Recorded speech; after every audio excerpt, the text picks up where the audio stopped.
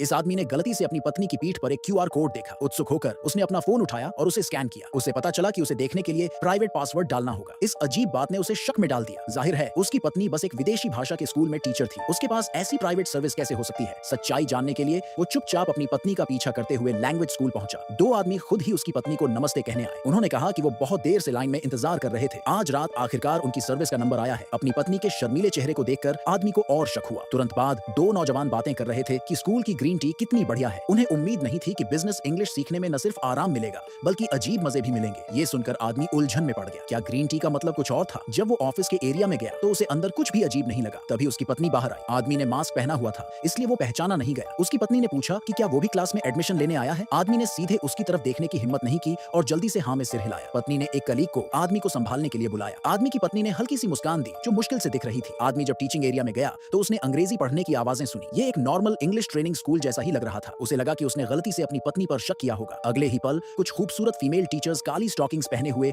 जल्दी से दूसरी तरफ भागी। उधर से अजीब आवाजें भी आ रही थी। इससे उसे शक हुआ कि स्कूल का राज उन कमरों में छिपा है। जब वो उनका पीछा करने के लिए तैयार हुआ तो एडमिशन काउंसलर ने उसे याद दिलाया कि वो गलत रास्ते पर जा रहा है। फिर काउंसलर आदमी को एक और क्लास में फ्री ट्रायल के लिए ले गए। टीचर ने उसे पहले ट्रायल लेसन में बैठने को कहा और पूछा कि क्या वो कुछ पीना चाहेगा। आदमी को गेट पर उन दो नौजवानों के बीच हुई बातचीत याद आई। उसने झिझकते हुए एक कप ग्रीन टी मांगी। टीचर ने कहा कि स्कूल ग्रीन टी नहीं देता। उसने आदमी को ब्लैक टी ऑर्डर करने के लिए कहा। आदमी के पास हाँ कहने के अलावा कोई रास्ता नहीं था। उसे शक हुआ कि टीचर जानबूझकर कुछ छिपा रही है। शायद स्कूल के अनकहे राज थे। क्लास के दौरान आदमी चुपके से बाहर निकल गया। वो पहले वाले रहस्यमय कमरों की तरफ गया। अचानक वो एडमिशन काउंसलर से टकरा गया। आदमी ने पूछा कि दूर के वो कमरे किसके हैं? काउंसलर ने जवाब दिया कि वो प्राइवेट क्लासरूम है। सिर्फ स्कूल के मेंबर्स को ही अंदर जाने की इजाजत है। उसने आदमी से पूछा कि क्या वो एडमिशन लेना चाहता है ताकि उसकी पत्नी को पता न चले। आदमी ने एक बहाना बनाया और पहले निकल गया। घर आकर आदमी करवटें बदलता रहा और सो नहीं पाया। वो दिन की घटनाओं के बारे में बार बार सोच रहा था कि कैसे सब रात की सर्विसेज के बारे में बात कर रहे थे। अगले दिन आदमी अंधेरा होने से पहले अपनी पत्नी के काम करने की जगह पहुंच गया। जैसे ही वो अंदर गया उसने किसी को ग्रीन टी ले जाते हुए देखा। उसकी पत्नी भी पीछे थी लेकिन उसका चेहरा ऐसा था जैसे वो देखे जाने से डर रही हो। आदमी को एहसास हुआ कि इन ग्रीन टीज में कुछ गड़बड़ है। फिर उसने अपनी पत्नी को उन दो आदमियों के साथ करीबी बातचीत करते हुए सुना। दोनों आदमियों ने कहा कि उन्होंने अभी ग्रीन टी उठाकर मेहनत की है। उन्होंने उम्मीद जताई कि वो आज रात उन्हें अच्छे से ट्यूशन देगी। औरत ने शर्माते हुए हाँ कह दिया। ये देखकर आदमी खुद को रोक नहीं पाया और एक घूंसा मार दिया। आवाज से कई लोग चौंक गए। खुशकिस्मती से